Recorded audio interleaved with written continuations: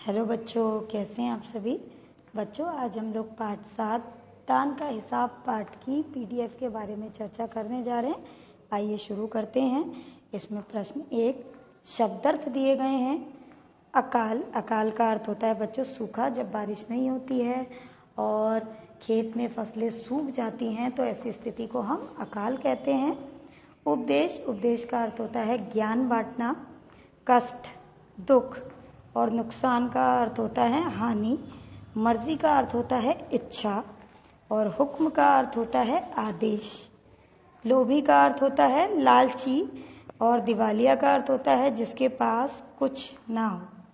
और राजकोष का अर्थ होता है राज्य का धन, वह धन जो राज्य की देख रेख के लिए, राज्य के भरण पोषण के लिए, राज्य की जो प्रजा है उनके लिए रखा जाता है, तो उस धन को हम राजकोष कहते हैं। क्रोध का अर्थ होता है गुस्सा। इसके बाद कुछ वाक्य प्रयोग हैं। अकाल, राज्य में अकाल पड़ गया था। उपदेश, गौतम बुद्ध ने उपदेश दिया। कष्ट, मुझे अपने कष्ट का कारण बताओ। नुकसान, बाढ़ से फसलों का बहुत नुकसान हुआ। मर्जी, मैं अपनी मर्जी से काम करना पसंद करती हूँ। हुक्म, राजा ने हुक्म दिया। लोभी, मैं लोभी नहीं हूँ।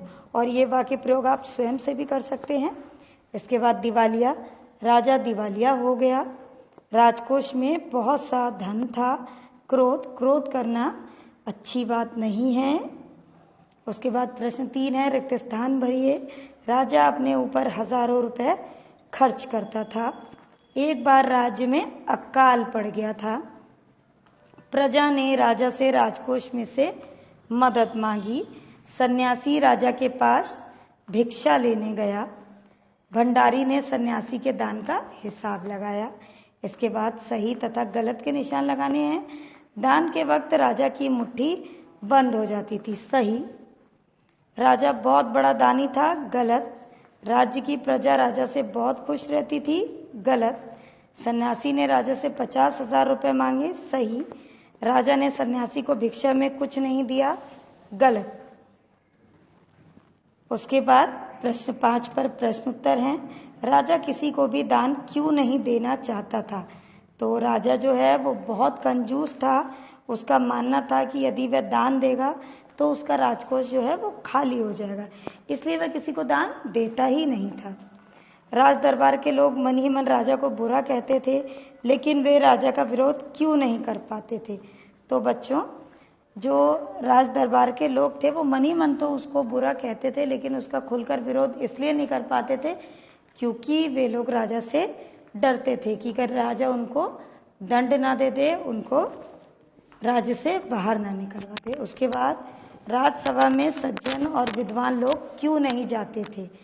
तो राज्यसभा में सज्जन और विद्वान लोग इसलिए नहीं जाते थे क्योंकि उसके दरबार में विद्वान और सज्जन व्यक्तियों का आदर सत्कार नहीं किया जाता था। उसके बाद प्रश्न 4 है सन्यासी ने सीधे सीधे शब्दों में भिक्षा क्यों नहीं मांग ली?